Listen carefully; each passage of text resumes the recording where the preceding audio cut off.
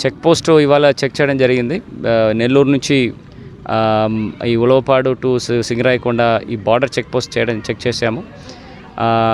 Everyday 3 షిఫ్ట్లో ఒక 1+4 members అక్కడ ఉండడం జరుగుతుంది. దాంతోపాటు ఒక విఆర్ఓ కూడా అక్కడ పోస్ట్ చేయడం జరిగింది 3 షిఫ్ట్లో డిఫరెంట్ పీపుల్ని. సో దట్ ఇది ఈ చెక్ పోస్ట్కి ఎఫెక్టివ్గా ఎట్లా చేయాలని గురించి వాళ్ళతో డిస్కషన్ చేశాము. ఒక్కొక్క షిఫ్ట్లో దాదాపుగా ఒక 200 కార్స్, లారీస్ అండ్ ట్రక్స్ వాళ్ళు వెరిఫై చేయడం జరుగుతుంది.